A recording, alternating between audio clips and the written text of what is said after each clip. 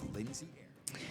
And welcome on into our streaming show today. We appreciate you being here. Thanks for finding us wherever you're watching right now and wherever you're streaming our IUPTV episode. Share with your friends, will you? Tell them how to download this app that you're watching on, the News for Utah Plus app, and then tell them that this is the best political show in the state. The best. I might be biased, though. Let's be honest. All right, Rusty Cannon and Sarah Reale are with us today. Guys, introduce yourselves. Rusty Cannon with the Utah Credit Union Association. Today's views are mine and mine only. Mm-hmm. My views are mine and mine only as well. And I am Sarah Reale. I'm on the state school board. I represent District 5, and I teach political science at Sully Community College. It's going to be a lovely conversation today. We are going to hit things like Governor Cox making some comments today on how the state may make up some of the people who fall off Medicaid with the big, beautiful bill passing and other programs like SNAP and some education funding that may go away, how the state may step in there. Also going to talk about Utah counties, the latest county in Utah to sign an agreement with ICE, and there was a very contentious hearing about that the other day. Can Utah pursue its case on public lands? Right now, an environmentalist group is suing to say Utah gave up that right at statehood, but state leaders disagree. So we'll get your thoughts on that. And then if we have time, some charges dropped against a Utah doctor accused of defrauding the federal government with COVID vaccines. So I thought we were talking about the WNBA All-Star Weekend. we were going to talk about that, but I'm not up to date on my WNBA stats like you, Sarah. Next time. I know, we should be. And your gold vest is popping today. Thank you. We have to comment on everyone's outfit because Rusty got dressed up for us over here. Hey, at least I wore a hat. You know. You're golfing today, I presume? I'm not going to confide. I'm going to take the fifth. Who are you golfing with? I take the fifth. Come on now. It might be by myself. I don't know. This is how men in politics make deals, right? You golf with people? Hey, everyone golfs. Anyway, it's but I'm going to take the fifth. Okay, all right. Producer Peter's here too. Hi, Peter. Hi, folks. Are you golfing today? No, I'm here. We're all working today. Very sad. This is my summer podcasting outfit. Hey, it's late in the day. There's been stuff done. Someone gets to just golf on a Thursday. Don't blame Rusty for being very efficient in his work. That's right. Let's be I do honest. more by 10 a.m. than most people do all day. I'm just jealous. Let's be honest. Okay, let's dive right in, shall we? Governor Cox today kind of signaling that the state may take a look at helping out where the big, beautiful bill has made it so some people may not receive, whether it's Medicaid or SNAP. We know that the big, beautiful bill has kind of curbed, added some work requirements, curbed who might get eligibility. And so there are fears and concerns that some vulnerable people might fall off, just a function of the work requirements, the bureaucracy, the red tape that it might take to complete these work requirements. Let's take a listen to what Governor Cox said about the state stepping in here. We've done some interesting things in the past to help people who are struggling with their health care, and we'll look back at those programs to see if there's a way to implement more in the future. What about SNAP as well? Yeah, SNAP again, another one that we'll be looking very closely at, and what those impacts will be. It may mean we end up funding more from the state level. So let's just start with Medicaid, and then maybe we'll get to SNAP. But what should Utah do to help with these programs? Rusty, I'll let you go first. Well, again, we discussed this a little bit last week, where most of it, in my opinion, and I think if you accurately read the bill, are implementing work requirements for some that haven't had work requirements before. Mm-hmm. Able-bodied adults within a specific age range, and then some are accepted out of that if they have children or disabilities, those kinds of things. So I'm not really sure where the state would need to pick things up. There is some slowing of growth of spending that's phased in over the next 5-6 years that maybe the state could add some there, but I don't think it would be that expensive for the state to fill any gaps. But the state could do things like help educate people on where to apply, how to create the paperwork that it's going to take to do work requirements, additional ones. But there's already work requirements. For instance, with SNAP, it already goes to age 49. They added 5 more years with that work requirement. The paperwork exists, and more people have to fill it out. So do they have to renew every year? I mean, a lot of that'll be sorted out. A lot of these changes are implemented slowly, so there'll be time to adjust, and I think most people will be able to adjust. However, like the governor said, I think if there are instances where somebody has their benefits that are justified, threatened, obviously the state would want to step in and help. But there should be room in the budget for that. Yeah.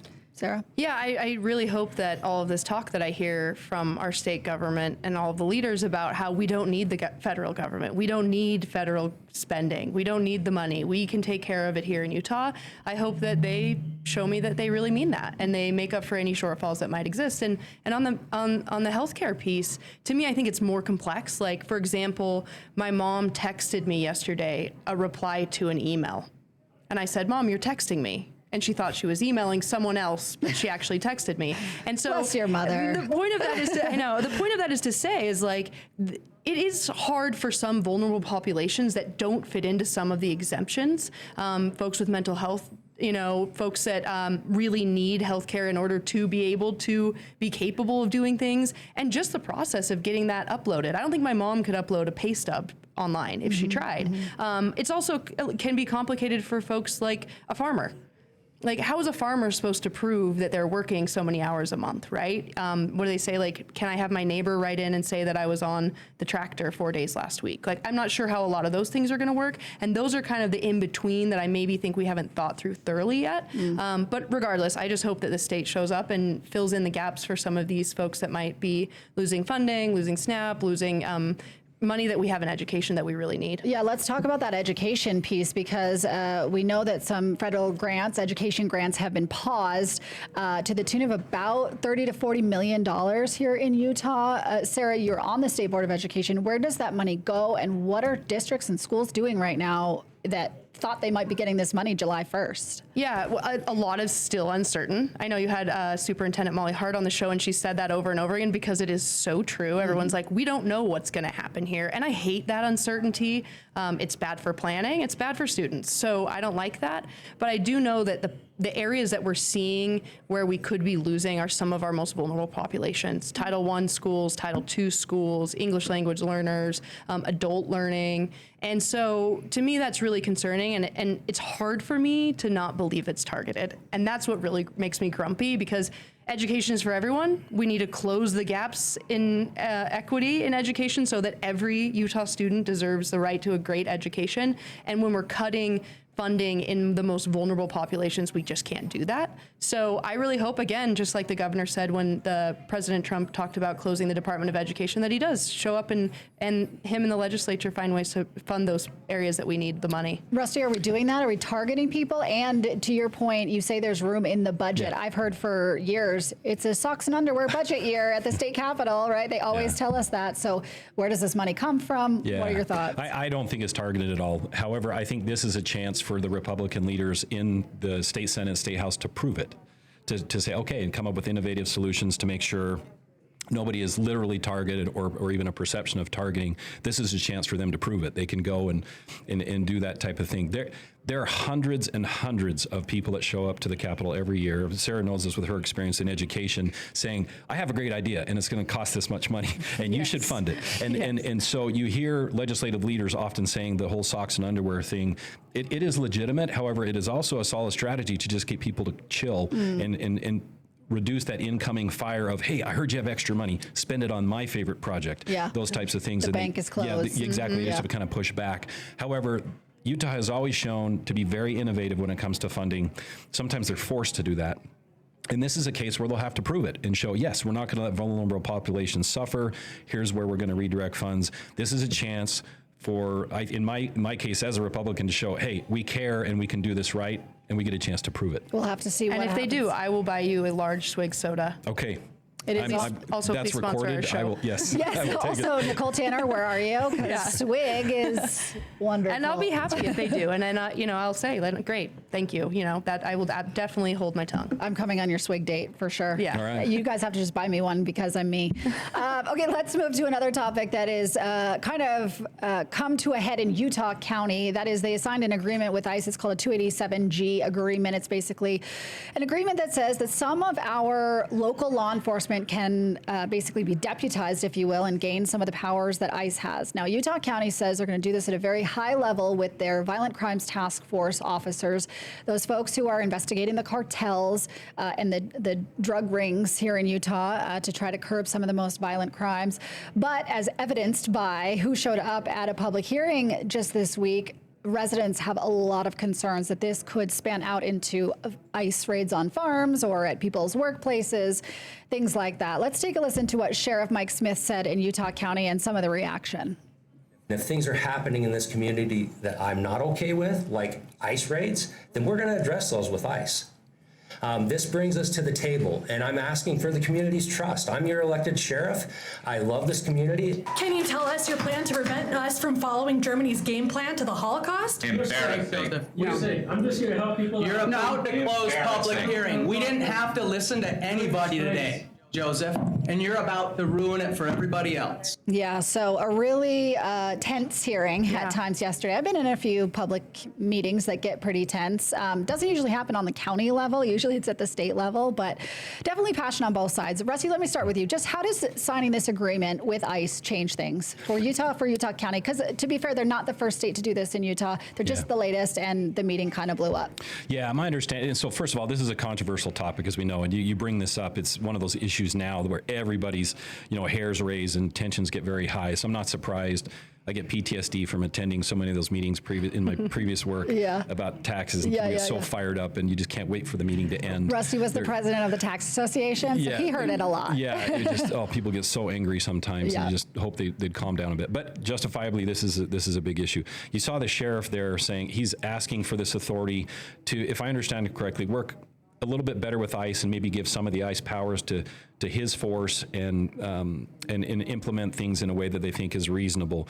You don't want it going too far, but as he said right there, I'm asking you to trust me. And I think most people would trust him and his group to do it correctly, to not have inappropriate ICE raids going on and those kinds of things. I think, but they'll need to prove it. He's asking for the people to trust him, but people are commenting there saying we don't trust ICE. And so to Smith's point, they don't have any control over what ICE does. That's why they're signing this agreement. They don't have any jurisdiction. They can't tell ICE what to do. They can't tell them to wear masks or not wear masks. Like, they can't tell them anything, right? So, I mean, I guess, Sarah, just weigh in here. What do you think this changes, or does it just stoke fear unnecessarily? I will say, when I first saw this headline, I immediately thought, oh, great. Like, this is another targeting type scenario. This is Utah government, participating in this extreme way of extreme deportation. And I've been sick about it. I have, because we've really veered away from, we're looking for criminals. We're looking for, people that are threatening our communities, and turn to what we're seeing is instances of targeting and instances of folks that shouldn't be put into deportation, alligator, Alcatraz, or whatever, right? We're seeing that happen over and over again. So I read that and I was like, oh gosh, what is this? Another one, right? And I was very, very impressed and very surprised to be completely wrong.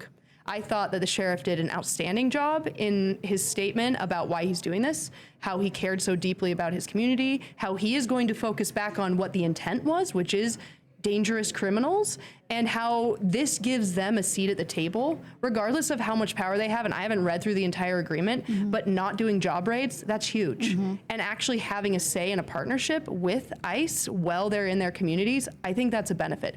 Will it work out? I'm not sure. I think we're in a weird zone right now where we're like, I don't know how all of these partnerships are gonna work. I know the city of Mill Creek, city of South Salt Lake have talked similarly about these type of instances, but regardless, I think coming out as a county and saying, we care deeply about our citizens. We understand that you are being targeted and you are scared. We understand that the rhetoric nationwide is extreme and quite frightening, but we're going to try to have a seat at the table so we make sure we really are only getting the dangerous criminals and that we are not seeing job raids. That's huge to me. I mean, Sarah makes a great point. She took the information and took time to learn it before reacting or forming an opinion. And you see with this issue, with this issue, there is a high level of misinformation and quick to judge type of stuff. And if people take the time often, like in this case, to learn the details, you think, oh, okay, that sounds reasonable versus the hyperbole. Right. But some of that messaging, Rusty, is coming from Republicans, and it is coming from the top down in terms of this whole agreement is allowed because of an executive order by President Trump that says you guys can do this. Are Republicans getting the messaging right on immigration here? There's a reason so many people showed up to that Utah County meeting on a Tuesday at 2 o'clock. It was a Thursday, excuse me. Yeah, I honestly think the messaging is generally spot on. If you look at polling on this issue, it's fairly popular. if you're dealing with the criminal element. I think once you get past that, it gets deeply unpopular. But I think especially with the criminal element, it is a very popular issue. It's one of the highest. If you take polling on issues with this current president, that is where he is the highest in polling. However, if it bleeds into targeting and nonviolent criminals, that popularity just drops off a cliff. Yeah. And to Sarah's point, we have seen some of that across the nation. So folks at that meeting are saying, we may trust you, Sheriff Smith and Commissioner Gardner Powers, but we don't necessarily trust ICE. Yeah, I mean, we used to not allow ICE into courthouses, into schools, and into churches.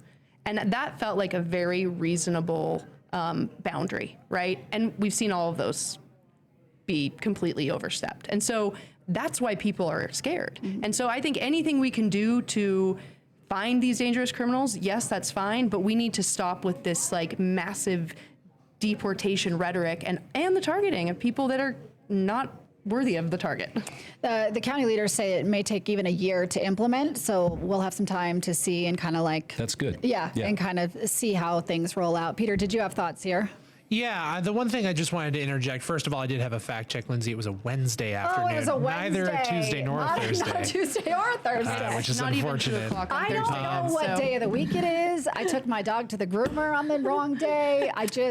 I'm all over the place, guys. But I think both here in the state and nationally, even you've seen kind of the course of the conversation on immigration enforcement change. You know, you're seeing discussion in Washington about like where will we make exceptions to the current regime of immigration enforcement. The governor was asked about that at his monthly press conference today, where he said, you know, I do trust President Trump to kind of ferry us through this issue and find a path where everyone is going to be on board with this issue, because like Rusty said, it is very popular for the president.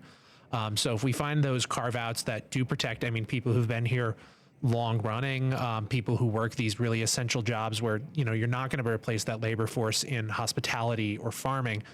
I think you could find a path where everyone gets on board here. It's just this week, I really feel like we've seen people talk more about that where in the fallout from California protests and so on, I think there was a lot of fear. And the Alcatraz moment didn't really help either. Yeah. But then the governor today also denied that Utah would be looking into building an immigration detention facility here, right? Which seemed on the table even just a few months ago. So I think the tide is subtly changing here, even if the policy has not yet. And we still haven't seen Congress do anything, right? Exactly. So we can talk you won't. We can talk all day about what ICE should and shouldn't do, but to fix immigration, Congress has to do something, and that isn't even on the table yet. Nope. So we shall see. All right, let's move to another topic that kind of has national implications too, and that is a lawsuit that is kind of working its way through the courts over public lands. Now, let me set the stage really quick. The state of Utah tried to go to the Supreme Court back in January and say, hey, federal government, you cannot hold on to public lands indefinitely. The Constitution does not allow that. The Supreme Court says, hi, Utah, we don't care. We're not going to hear your argument. I'm summarizing, obviously, and making light of it. So recently, environmental group, the Southern Utah Wilderness Alliance, sued the state of Utah to say, hey, Utah, you can't even pursue a case like this because at statehood, we said Utah forever gives up their rights to this unappropriated land because we want to become a state, and that's the deal we made with the federal government. So that's the question before a lower court right now, a third district court here in Salt Lake, is can the district court say, yeah, Utah, you agreed to this, and obviously the state's saying, no, you can't prevent us from filing a federal lawsuit, and we may not even file that federal lawsuit. Who knows yet? So what say ye? Where do you think this goes? You know, I was going to make the point. I think this is preemptive. I don't think the state has even done anything yet, and that's what a little bit of the confusion on this. But I always smile. I get excited when those that I get frustrated with for sometimes contextualizing words of Constitution and saying things should change and be alive, to take it literally. I'm all for it. So you're saying the plain language of the text is not something SUA usually interprets? No. Right. I mean, not SUA specifically, but I'm just saying, I'm being totally partisan here, but I'm just saying, let's pay attention to what the Constitution, whether it's the Utah one or the U.S., what it actually says. Amen. Okay, but that would mean Utah can't go after these public lands because it says we forever gave up these rights. You can argue about the words and those types of things, but I think if you always go back to trying to take it as literal as possible, that's good, in my personal opinion. Okay. Yeah, so, Sarah, what say ye? Well, I think the likelihood of them winning this case is very low. Stu, what are you saying? No, the state. Oh, the state. Yeah, Okay. I do. Yeah. Because of that. Yeah. But I think this entire argument, a lot of folks, on both sides say, one side is like, we want our state to be able to manage it. So much of our land is taken up by federally designated lands. And the other part is like, well, we want to keep the lands public. Public lands are good, right?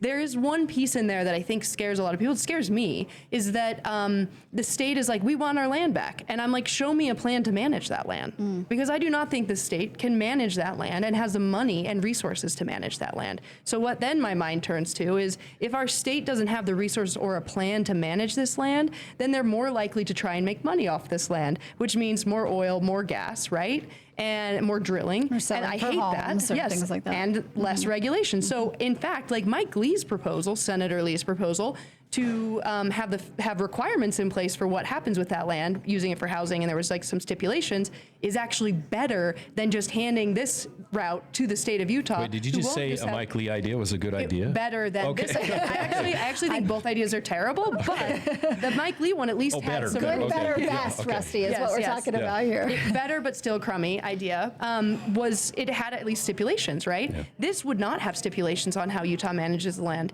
And to me, if they don't have the money, they're going to be looking to make money on this land, which means, housing, drilling, whatever it is. And that scares me. And so I think that is part of the reason why Sue and other folks are nervous, because they don't see a plan. They don't see any agreements to how they will use the land. And they know that they're going to need money to manage them, which means they're going to have to sell the land off and make that money somehow. And the way that they want to do that is pretty icky. I think a lot of the conversations, at least that I've been part of on this subject, which have been from the periphery, but is, for example, Salt Lake County. There are tons of parcels of land, little bits and pieces that fall into this category. And you think, well, wait a minute. I mean, you pick an example somewhere where it's just, a barren piece of land or something that could fit some housing and help with the affordable housing problem. I think that's a legitimate idea in carving those off. I don't think, and this is where I think Senator Lee and others lost the conversations, when it's perceived of, wait, you want to sell arches? It's like, no, that's not what we're talking about. It's not, your beautiful where you ride your bikes and those kinds of things. We're talking about areas that could be reasonably developed, that is close to population for housing. That would be the reasonable use for this, not to take a massive swath of beautiful forest and let's go make a few $1 million. That's not a good idea. I know a lot of golf courses that could make really good housing. Don't mess with golf. Yes, I know. Right. My dad will kill me for saying that. I'm a golfer, and I'm a golfer too. But It is I also think hilarious. there is. I think one piece that the state of Utah needs to look at strategically and politically is, it was a bad message to want to sell off the land. So, I mean, I'm not going to tell them what to do, but if I were looking politically and strategically, I'd lay off the buying of public lands for right now. Well, because I think he torched that idea for the next 10 years. But it does sound like there's a happy medium in here where people could get on board with just these. If you explain it properly. Right. Yeah. So Mike Lee may have lost the messaging, right, on that. And just there has yet to be a plan that satisfies, we have some of this land that isn't being used for anything, but we can't figure out how to get it in the right place or target it. Yeah. That hasn't happened Because yet. that issue got horseshoed, is that term a lot of people are using, is you had the far left and then horseshoes all the way around to the far right were both opposing it. It was dead on arrival. Yeah, it got a little messy. Yeah. All right, Rusty Cannon, Sarah Reale, thank you for your opinions today. Thank you for all your thoughts. I love the conversation as always. And I'll invite you to watch our show that airs on TV, Channel 4, if you're here locally, or abc4.com. Inside Utah Politics airs Sundays at 8 and 4. And as always, we're online, so you can podcast us too. And wherever you podcast, just search for Inside Utah Politics. Like, comment, and subscribe. Follow me. Thank you for joining us today. Producer Peter, appreciate you as always. Thank you, Lindsay. Okay, we will see you next week. Bye, everybody.